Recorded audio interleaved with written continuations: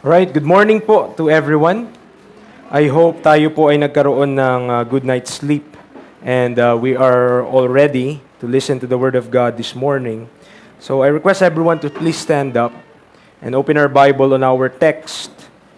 So we are continuing our study on the book of 1 Timothy, and right now we are chapter 2. 1 Timothy chapter number 2.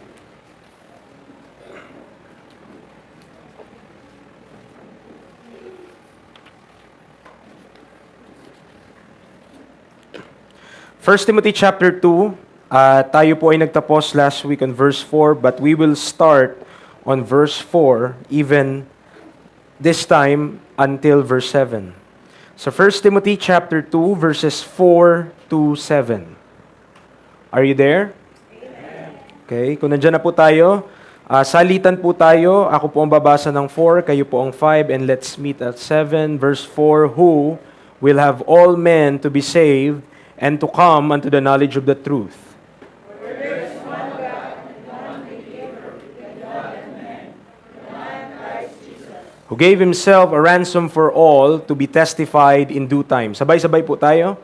Whereunto I am ordained a preacher and an apostle, I speak the truth in Christ and lie not, a teacher of the Gentiles in faith and verity. Tayo po ay manalangin naman namin, Diyos. Thank you so much for this time that you have given to us.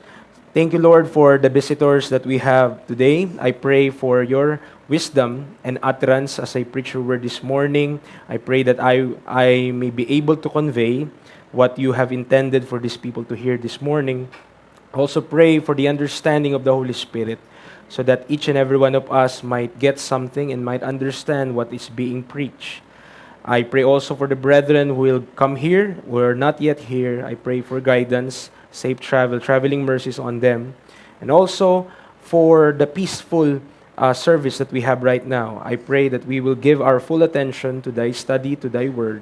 This all I ask in Christ's name. Amen. And amen. Tayo po ay makakaupo. So we are continuing our study on the book of 1 Timothy, which we are, this is our 9th lesson on this particular epistle of the Bible.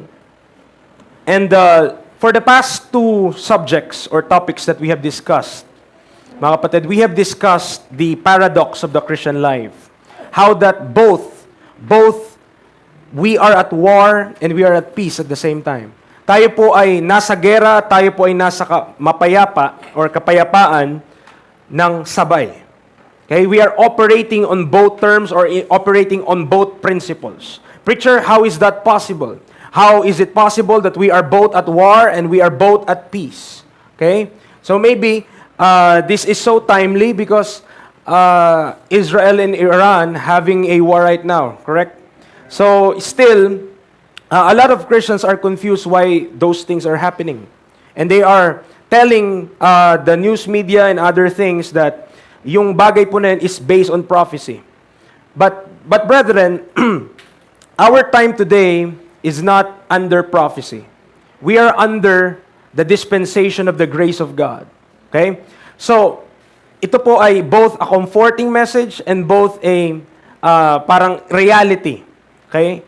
Mga kapatid, I'm not fear-mongering everyone or anyone.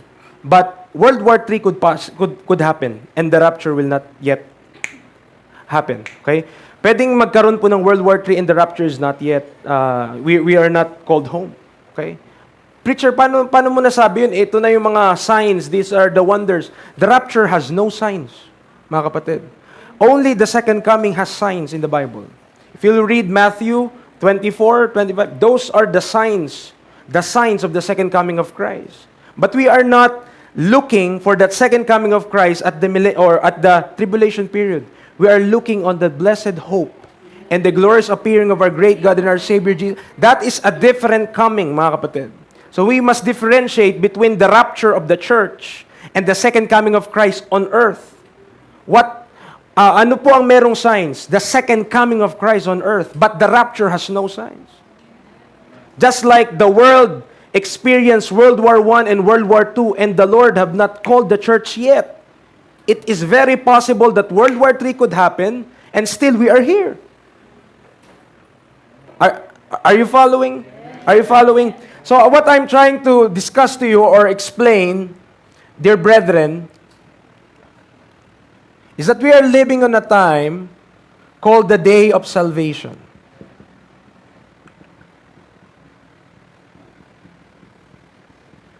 And on this day of salvation, we are called of God to be both at peace and both at war. Okay? Both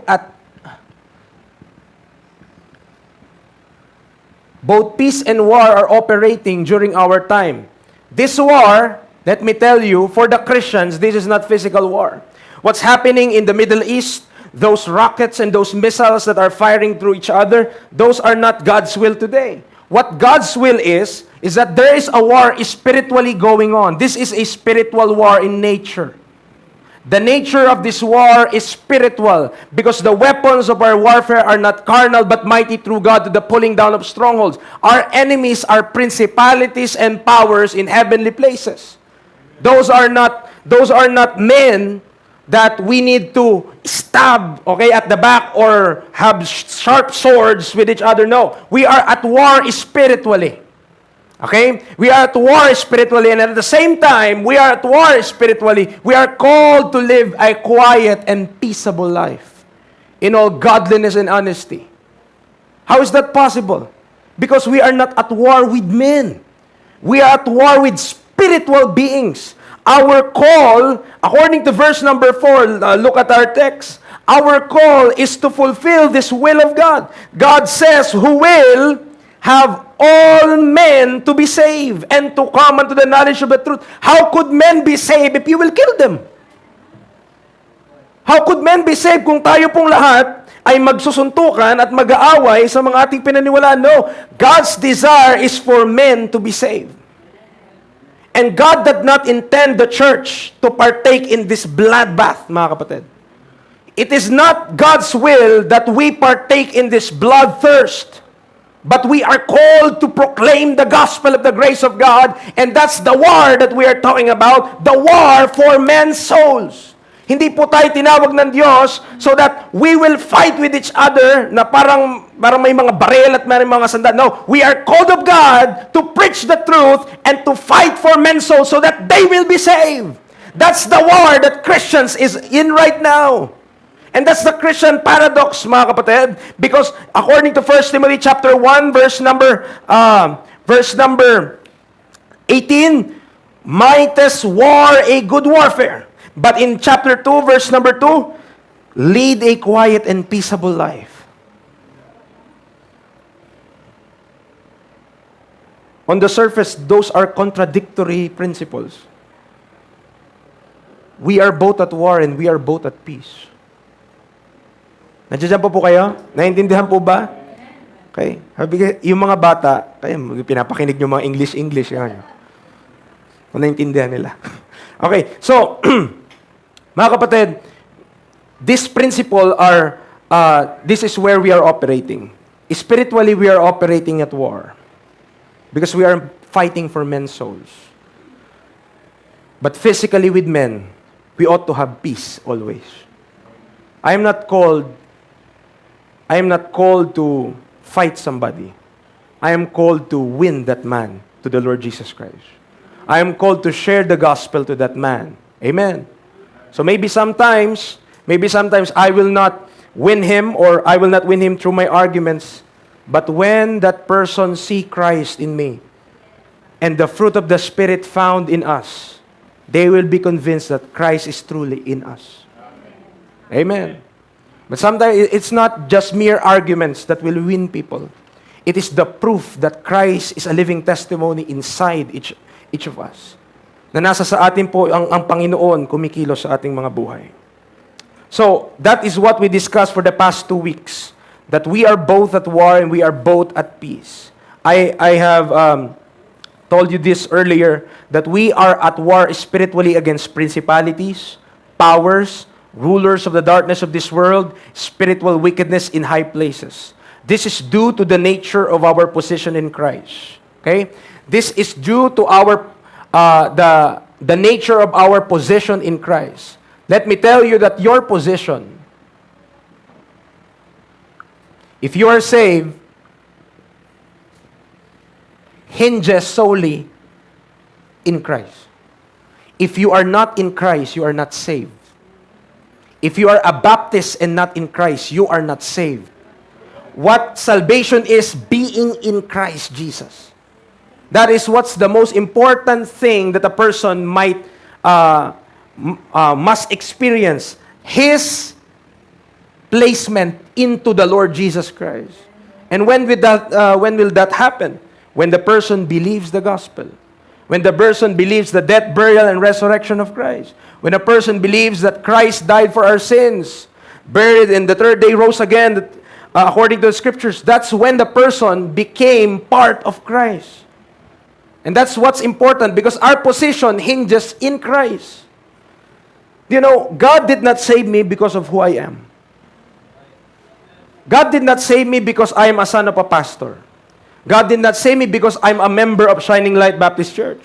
God did not save me because I'm a child, even though I'm a child before, now I'm a little bit bigger. Okay? I'm not saved because of all those things. I'm saved because of only one reason. Because of Jesus Christ. That's the reason why I'm saved. Remove Christ from me and I'm nothing. Remove Christ from anyone and they don't have salvation. I don't care if they are faithful. The Bible does not care if they are faithful even in their walk, even in their Christian life. Let's say that from their youth up. My dear brethren, salvation is not based on faithfulness. Salvation is based on the Redeemer, Jesus Christ. If a person will not believe on Christ, doesn't matter how faithful he is or how he attend church every Sunday, but salvation is solely dependent on Jesus Christ alone. Amen. That's what the Bible is telling us. So our position hinges not on anything else, but on Christ, in Christ alone. And this is the reason why we are at war. Because this position, according to the Bible, is far above all principalities and powers. If you will read Ephesians chapter 1, you will realize that this position in Christ is far above all principalities and powers. Preacher, anong ibig sabihin nun? What does it mean to be far above all principality and power? It means this: the position of the church is higher than Satan himself.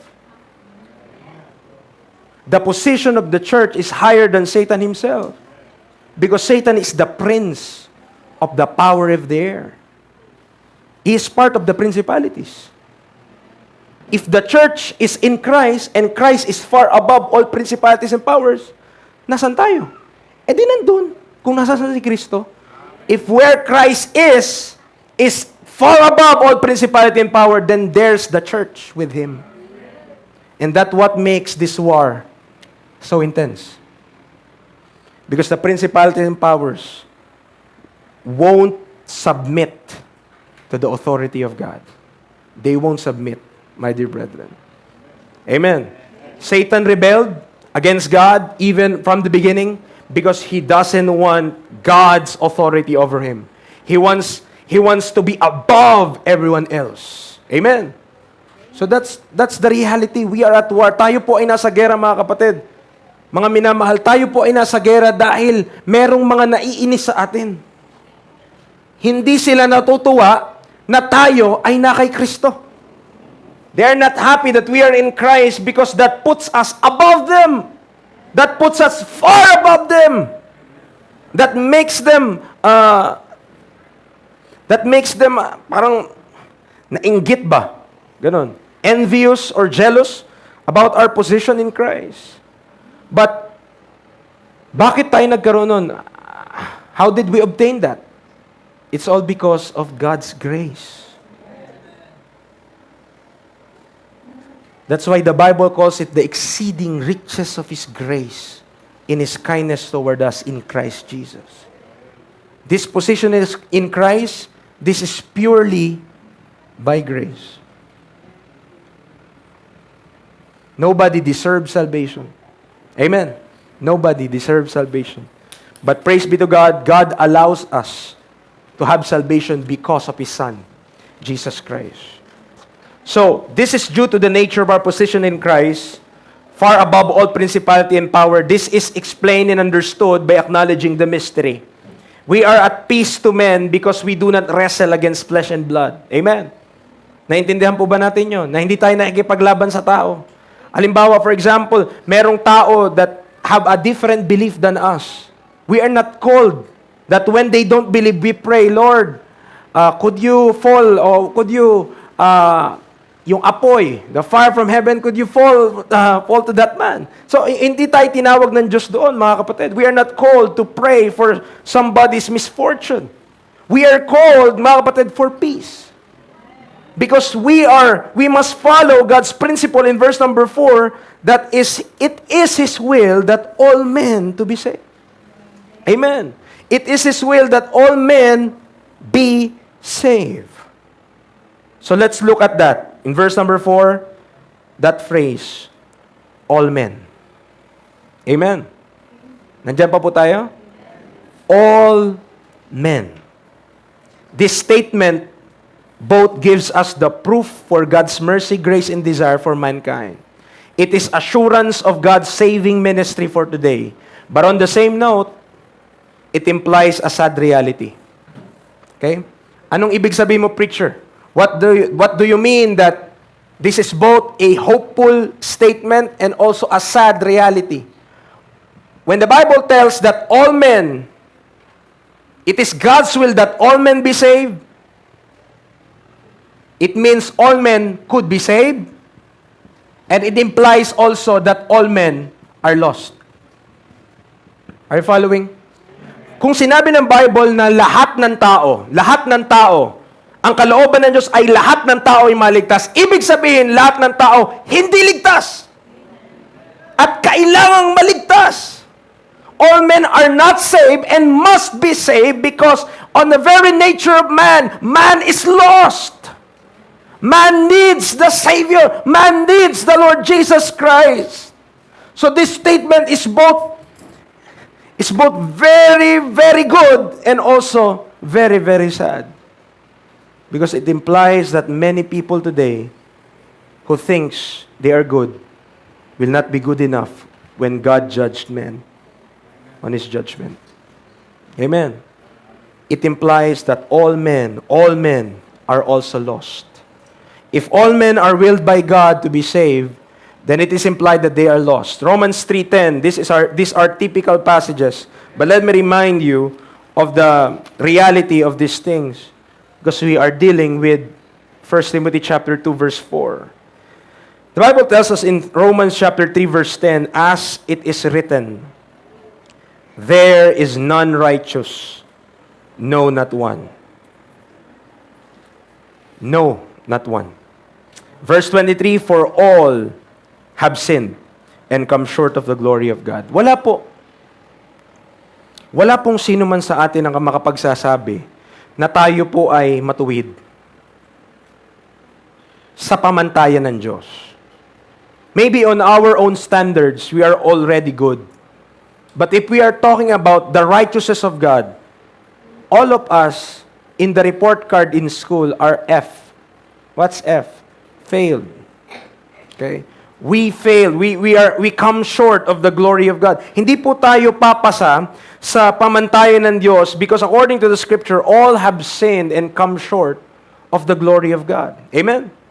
So that's what the Scripture is telling us. Even the Jewish people, let me tell you, they need to be saved right now. Romans chapter 10. Even the Jewish people, the posterity of Abraham, Isaac, and Jacob needs salvation today. Salamat, bro. According to the Bible, Romans 10:1, brethren, my heart's desire and prayer to God for Israel is that they might be saved.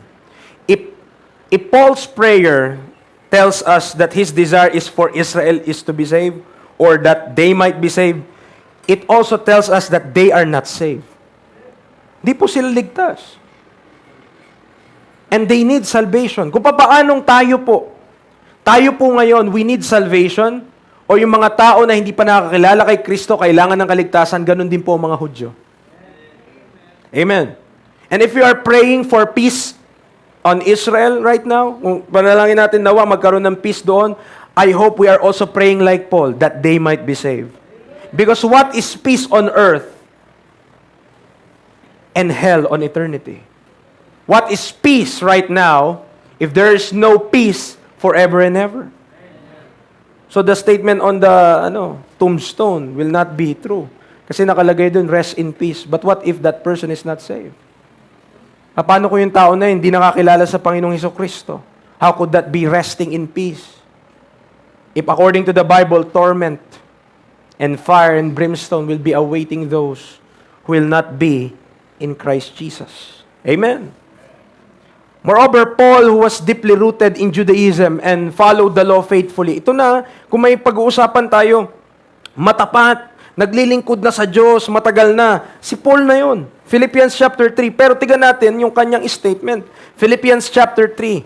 If there is somebody who is faithful and who is following the law, even from his childhood up to his adulthood, that will be the Apostle Paul.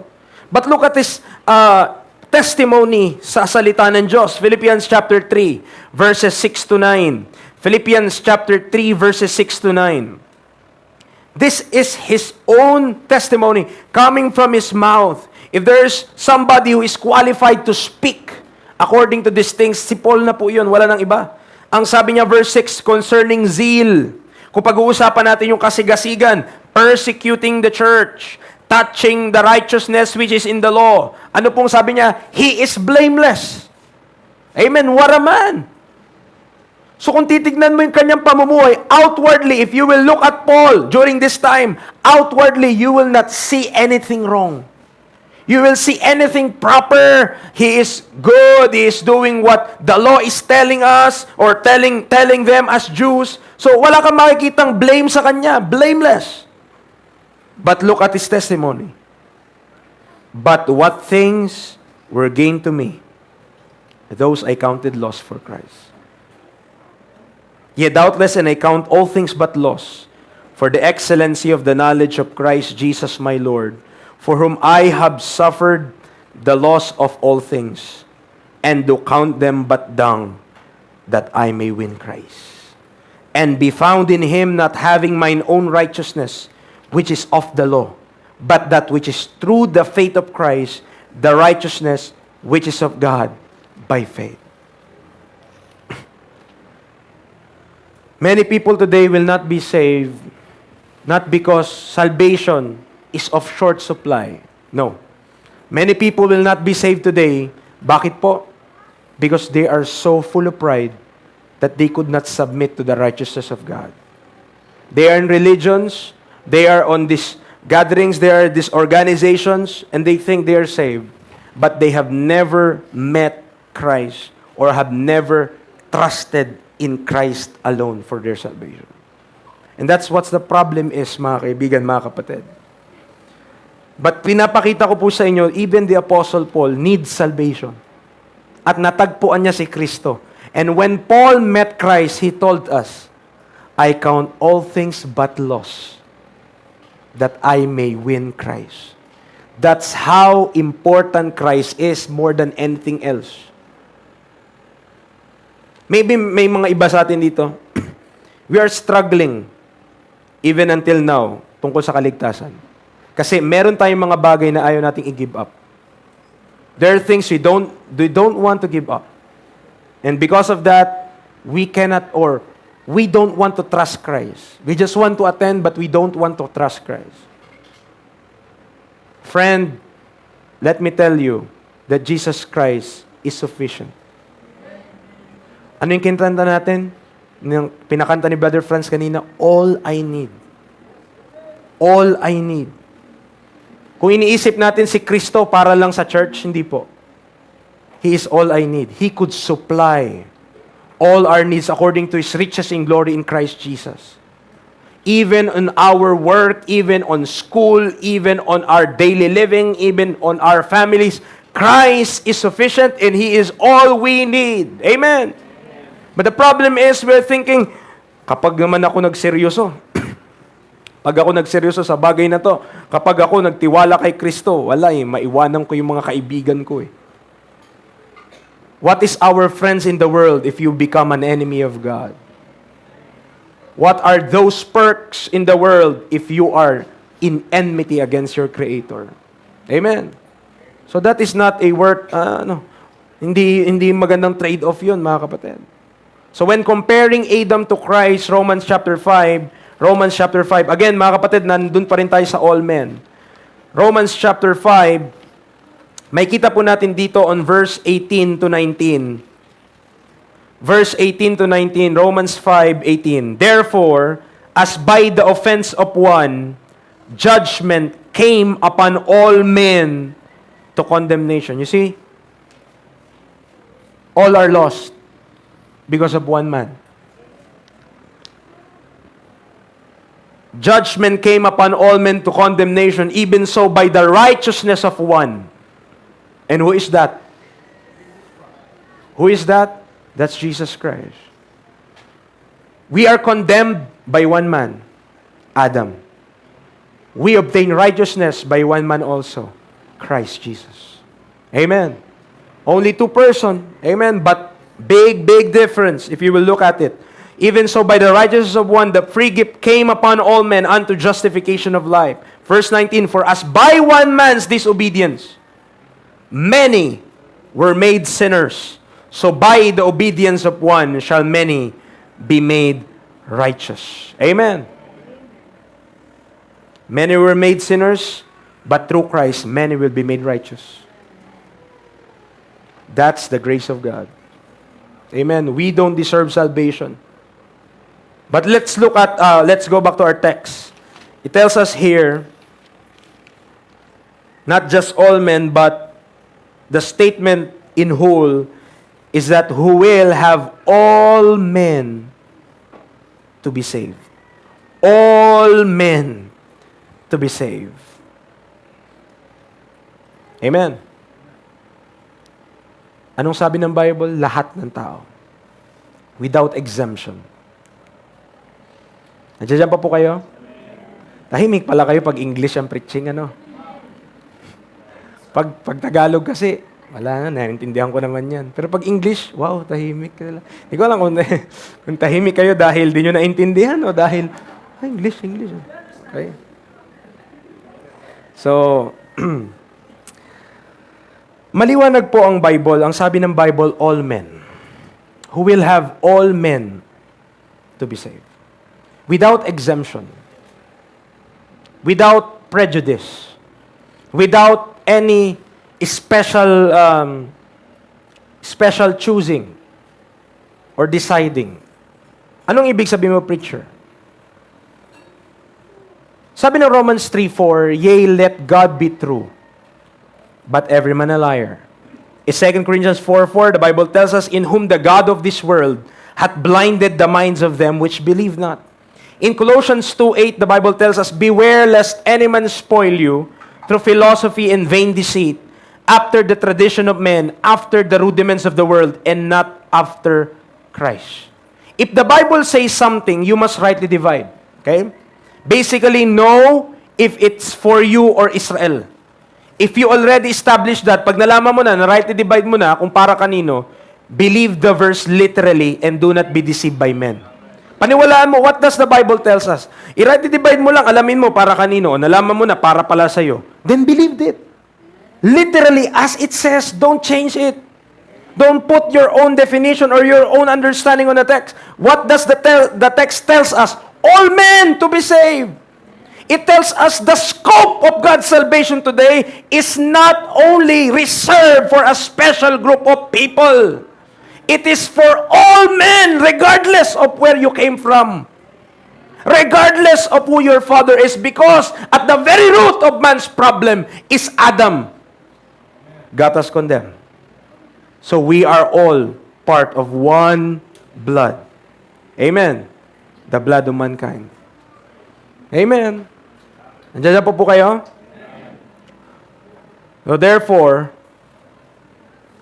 God's will is the salvation of all men. God is no respecter of person too. Pride, unbelief. Due to pride will send people to hell. Unbelief, mga kapatid. Unbelief. Nakakalungkot, but there are people who are teaching that there are only a certain group of people who could be saved. Because they are referencing verses in the book of Matthew where it tells us, ransom for many. Ransom for many. Right? That's in the book of Matthew. But if you read Paul, it tells us ransom for all. Go to 1 Timothy. I'll show you. That's in verse number 6. I'm getting ahead of myself, but that's no problem. Verse number 6, 1 Timothy 2. Who gave himself a ransom for all. You see that? That's a big difference. Before the cross, you could read ransom for many. But today, in the Pauline epistle, you will read ransom for all. Preacher, what's the difference? I'll explain it as we go along. Why it changed? Why the scope change? Here, it's many. Sa ating panahon here, it's all. Like what we are discussing right now. So nakalimutan ko yatang banggitin kung ano yung title nito, mga kapatid. Simple lang naman, God's will. Amen, God's will. Who will have all men to be saved and come to the knowledge of the truth. So, let's proceed. 1 Timothy 2. 1 Timothy 2. We have already discussed who will have all men to be saved. And later on, I'll just give a few statements about to come unto the knowledge of the truth. But let's proceed in verse 5. Verse 5 tells us, for there is one God, and one mediator between God and men, the man Christ Jesus. For there is one God. Question, do you know that one and true God? Do you know who that God is? Let me tell you, He is the Creator. He made all things. Siya pong lumikha ng lahat ng bagay. Amen? We don't came from an explosion of nothing. We don't came from a big bang. Amen? Big bang, bang, bang, bang. We don't came from those. We came from an intelligent mind, superior being He called Himself God. He is God. He created all things. We partake of His goodness every day. And yet man goes on with their lives without a thought of seeking Him. Look at Acts 17. When Paul is at Athens, he stood up there to reveal to those superstitious individuals of that day the unknown God, whom they ignorantly worship. Verse 23 tells us, for as I passed by and beheld your devotions, I found an altar with this inscription, to the unknown God, whom therefore ye ignorantly worship, Him declare I unto you. Listen, this is the God that you need to know. God that made the world and all things therein. Amen? Do you believe that? So everything that you own is originally of God. Everything that we have is God's possession. He made everything. Amen. So praise God. God that made the world and all things therein, seeing that He is Lord of heaven and earth, dwelleth not in temples made with hands, neither is worship with men's hands as though He needed anything, seeing He giveth to all life and breath and all things, and hath made of one blood all nations of men for to dwell on all the face of the earth, and hath determined the times before appointed in the bounds of their habitation. Verse 27, why? That they should seek the Lord, if haply they might feel after Him, and find Him, though He be not far from every one of us. Kaibigan, friend, God is not far from every one of us. God is not far from every one of us. But man is sliding away and away and away from God because this present evil world is waxing worse and worse every single day. Araw-araw na tayo nabubuhay, mga kapatid. May kita nyo kapag nanood na lang kayo ng balita, may stress kayo, madidepress kayo, magiging anxious na lang kayo. Diyan na lang sa Olongapo, may bata, naglalakad lang sila nung tatay nila doon sa may kanal. Biglang nahulog yung bata at inagos. Diyan lang yun sa Olongapo. Amen. So kapag pag inalaw natin yung thoughts or even the news of this world to come into our minds, we'll be anxious. Surely. We'll be depressed. We'll be so, mag-iisip ka talaga ng malalim, mga kapatid.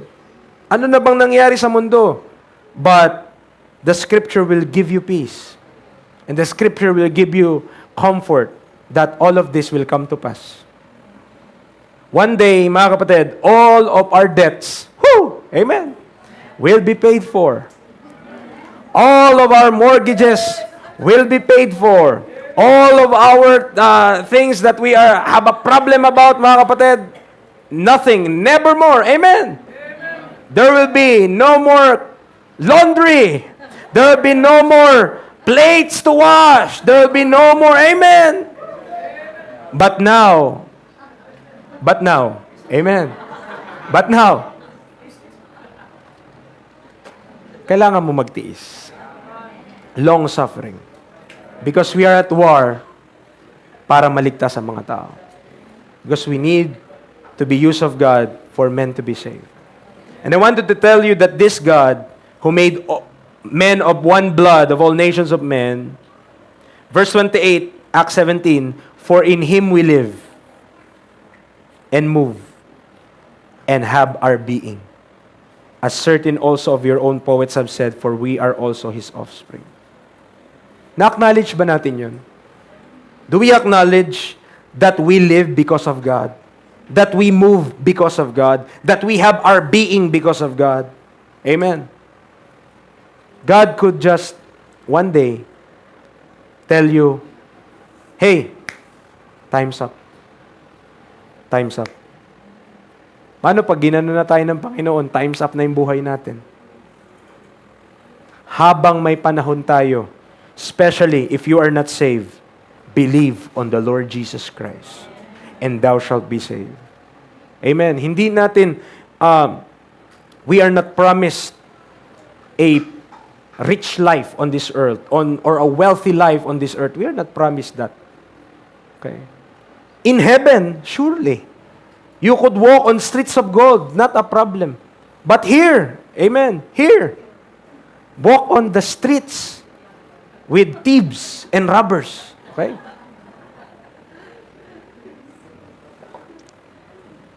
Verse 29, for as much then as we are the offspring of God, we ought not to think that the Godhead is like unto gold, or silver, or stone, graven by art and man's device. So hindi po rebulto ang Diyos. Amen. God is not a statue. God is not hindi siya nga rebulto. Verse 30, anong tawag ng Diyos doon? And the times of this ignorance. God calls that ignorance. When people, every January, flock Manila to have handkerchiefs and attend the parade of the Black Nazarene statue, God calls that ignorance. God calls that ignorance. Why? Because God is not that.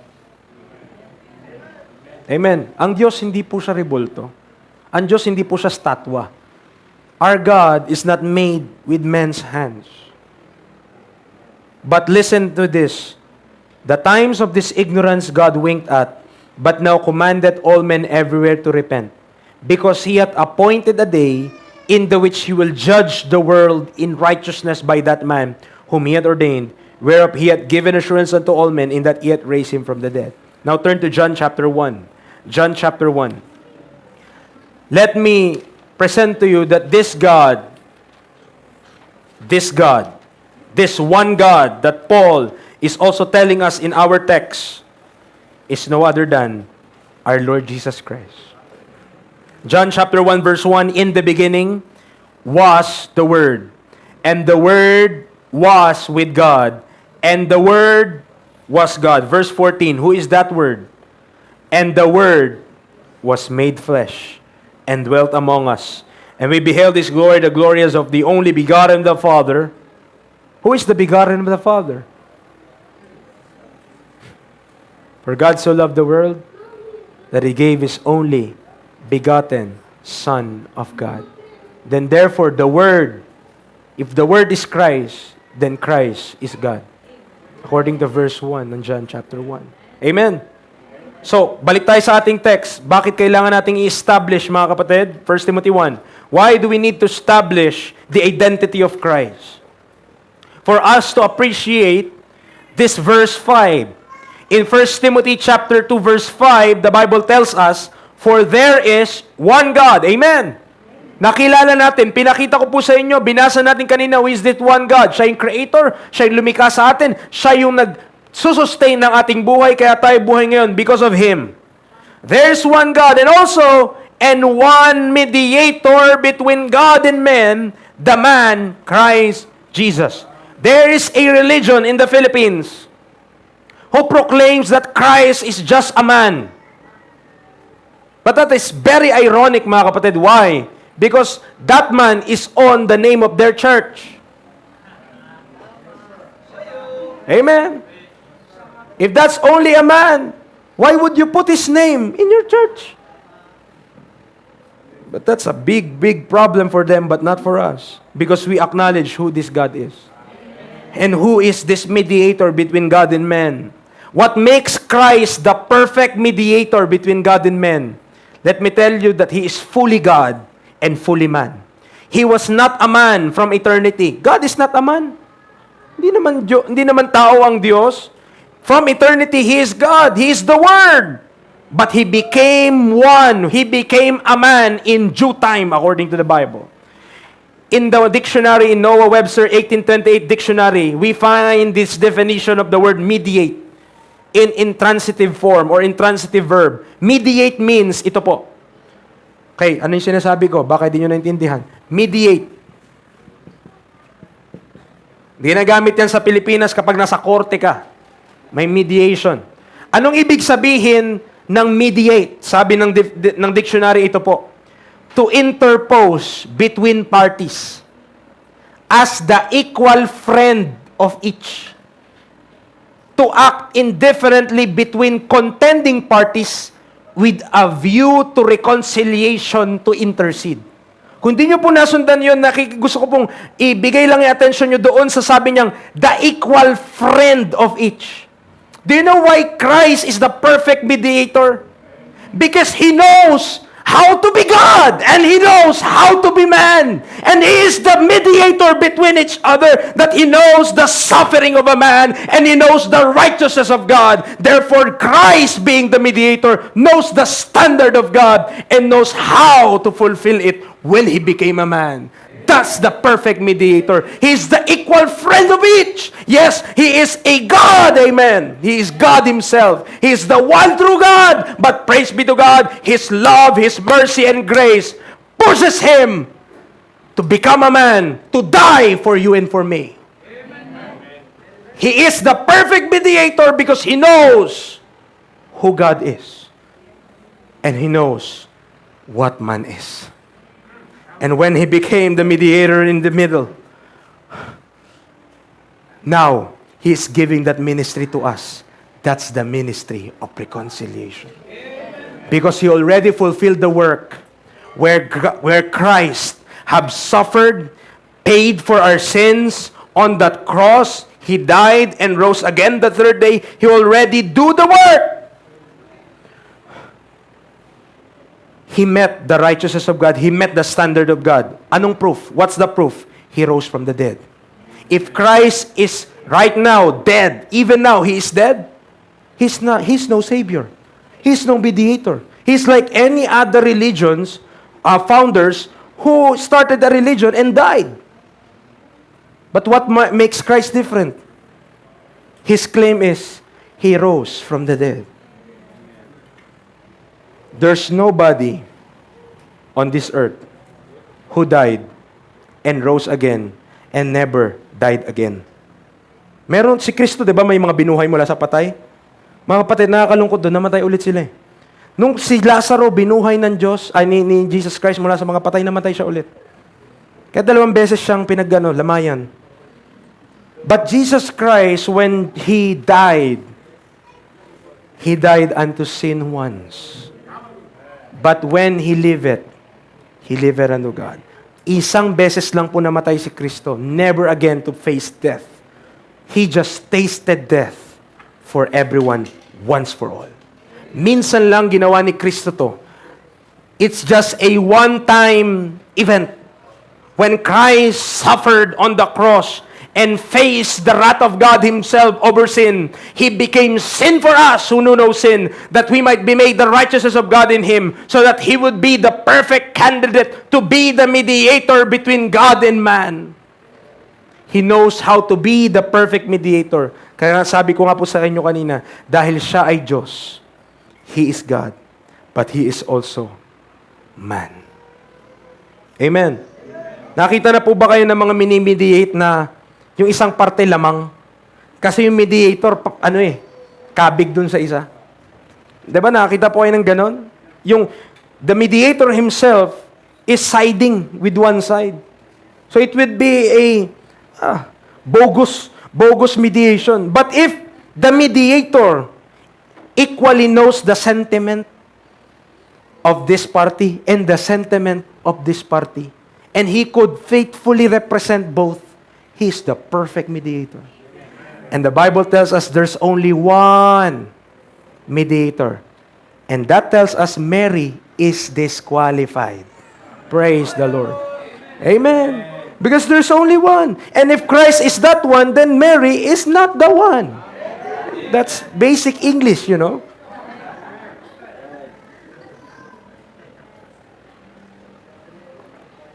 Philippians chapter 2. Philippians chapter 2. Parang mabilis natapos kapag English.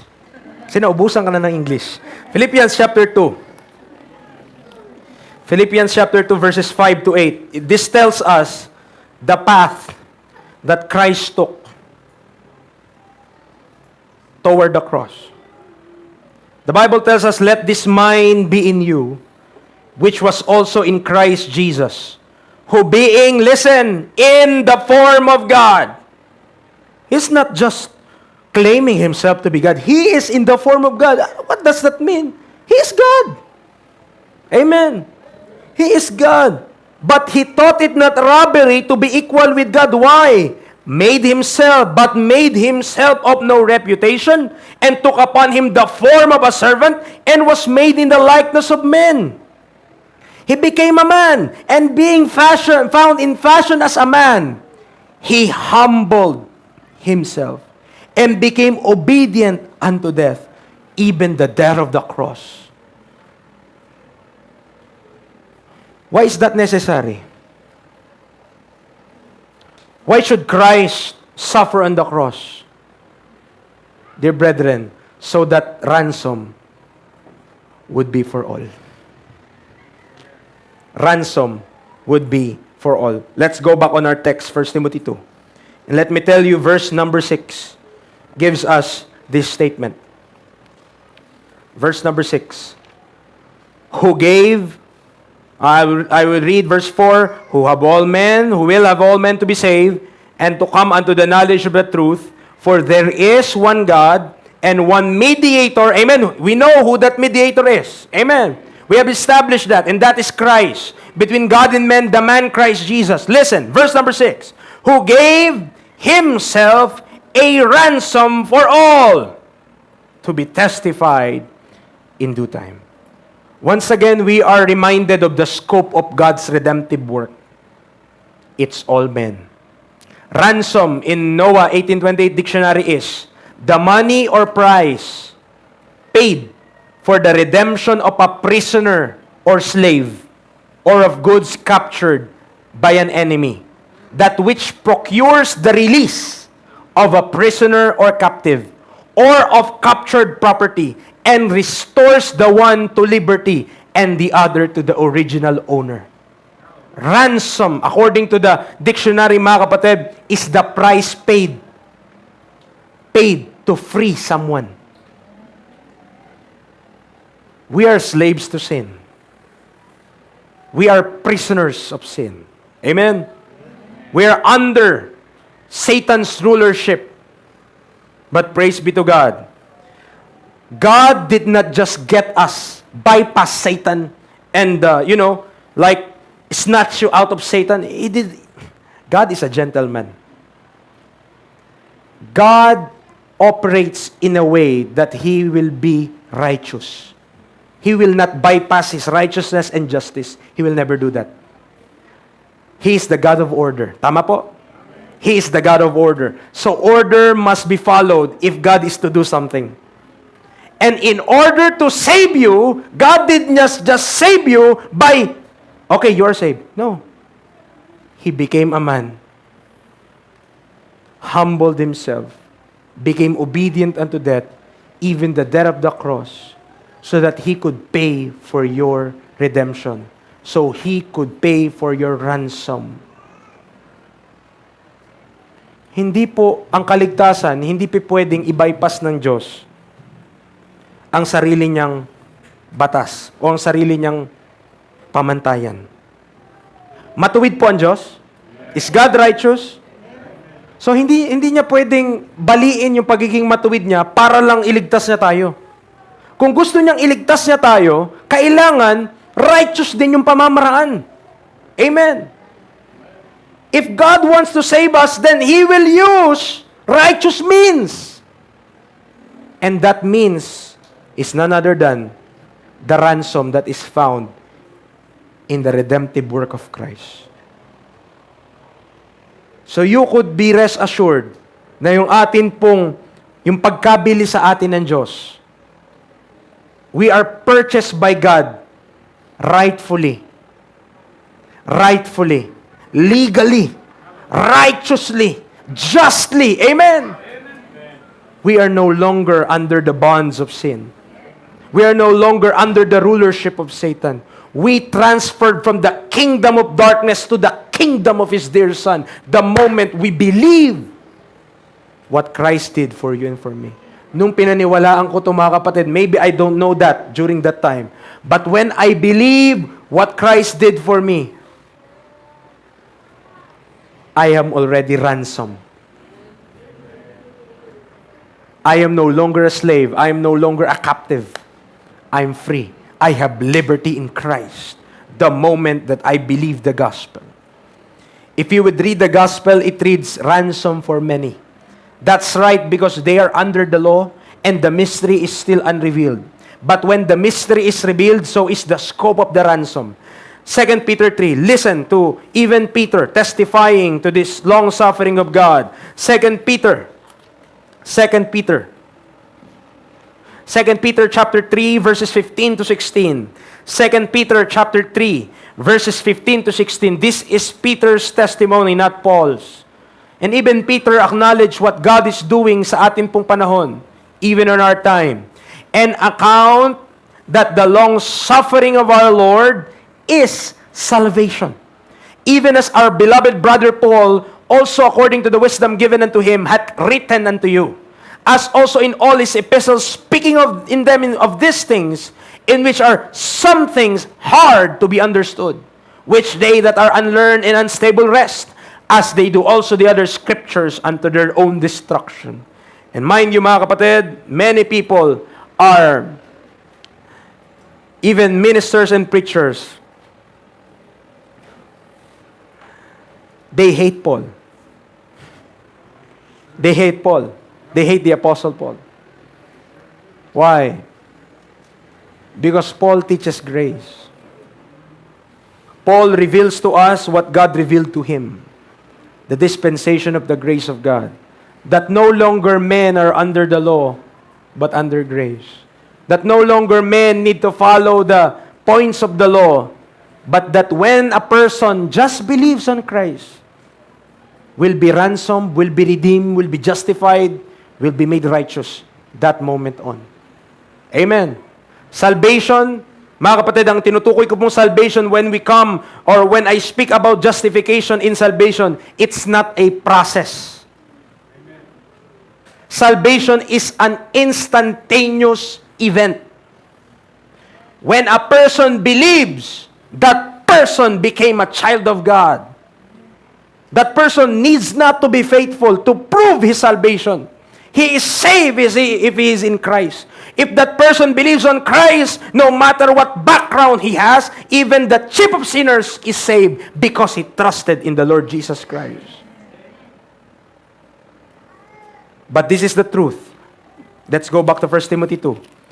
Who gave himself a ransom for all. Listen. And this must give you comfort. This must give you joy. This must give you a sense of assurance, mga kapatid. Ang sabi niya, 1 Timothy 2, verse number 6, who gave himself a ransom for all to be testified in due time. Listen, okay, burahin ko lang po ito ha. That means, ransom for all did not exist not until it is supposed to be testified. Ransom for all only exists today because it is now, that is the Bible telling, due time. Before the cross, there's no ransom for all. Before the cross, we were enemies of God. According to Ephesians chapter 2, uncircumcised, strangers from the household of Commonwealth of Israel, stranger from the covenants of promise, having no hope and without God in the world. That's the situation of unbelievers. That's the situation of the Gentiles. That's the situation of uncircumcised people. So that is the situation of the whole world except Israelites. But when it is due time, the Bible tells us the ransom for all should be testified now. Because it's due time. Parang bills lang yan sa bahay. Okay? Pag hindi pa due time, hindi pa binabayaran. But when it's due time, you need to pay. Why? There's penalty. And when people did not get saved during the due time, and the rapture happens, what's next? The wrath of God in the tribulation period. When is the best time to be saved? Today. When is the best time to believe the gospel? Today. I could not assure you that the day of salvation will extend for 10 years, 5 years, let alone one day. I don't know that. But while you are listening to this preaching, nawa po, magkaroon tayong realization, am I saved? Am I truly in Christ? Dahil when the rapture sounds, enter na po ang sanlibutan sa wrath of God. That's the 7 years of tribulation. At wala pang nakitang ganun ang mundo. Not until that point. Yung mga magsasabi, minsan yung bata ko, may idea ko, pag nag-rapture at naiwan ako, papapugot na lang ako. Akala nyo ba ganun kadali lang yun? Many may think na, okay, if the rapture, if I'm not joining the rapture, I'm still here. Okay, that's good. Oh. Just continue in life. When the Antichrist come, let him behead you. It's not that easy. It's not that easy. Amen. What do you want? Without assurance or with assurance? What do you want? Salvation now or you are unsure if you will be saved? Because salvation there will be endure to the end. The same shall be saved. But during our time, mga kapatid, simple. Believe on Christ. Believe on Christ. Believe that He died for your sins. He was buried and rose again the third day. That's the only way. It is supposed to be testified now because now is the due time. That His ransom will be testified for all. Nakakalungkot lang po mga kapatid. But sadly, this is the situation we are in because we are at war. Satan is making sure a lot of people still is deceived. If our gospel be hid, it is hid to them that are lost. It is still hid. Titus 1. This is in connection with 1 Timothy 2:6. Titus 1 verses 2 to 3. In hope of eternal life, which God that cannot lie. Amen. God cannot lie. Kung sabihin ng Diyos, iligtas ka niya, maniwala ka lang, maniwala ka dun. Why? Because God cannot lie. In hope of eternal life, which God that cannot lie, what the Bible tells, promise before the world began, but hath, it is promised here. Eternal life is already promised before the foundation of the world. But it is not revealed until verse 3. But hath in due times manifested His word through preaching, which is committed unto me according to the commandment of God our Savior. Promise there, fulfilled now. Nakasunod po tayo? Hindi porket ipinangako dito, alam na ng mga tao. No. Dito yun ni-reveal. Because now is the time that this message should be testified. That Christ already finished the work. That men must just believe on Christ and they will have eternal life. It means this message has not been proclaimed prior to the due time. It follows that this due time paves the way for the testifying of Christ, ransom for all. This is consistent with the dispensation of the grace of God, mga kapatid. Balik po tayo, matatapos na po tayo. We're closing. 1 Timothy chapter 2. Kung wala kayong makuha ngayong umaga, or kung kayo ay lumulutang ang inyong mga isip, simula pa kanina, sana maliwanag sa atin that God's will is salvation of all men. That's His will. But let me also tell you that even though God's will yun, God's will lahat maligtas. Pero bakit hindi lahat maliligtas? Because not all men will believe this good news of Christ.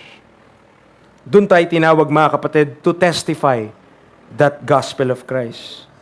Verse 7, whereunto I am ordained a preacher and an apostle. I speak the truth in Christ and lie not, a teacher of the Gentiles in faith and verity. Christianity hates us for teaching Pauline doctrine. Let me tell you this, depart from Pauline teaching. Kapag umalis tayo dito, sa mga turo ni Apostle Pablo, mga kapatid, you are disobeying God Himself. Why? 1 Corinthians 14.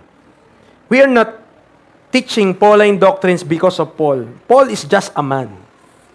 We are teaching his doctrines because we are told of God to follow His doctrine. He is just the messenger. He is not the message.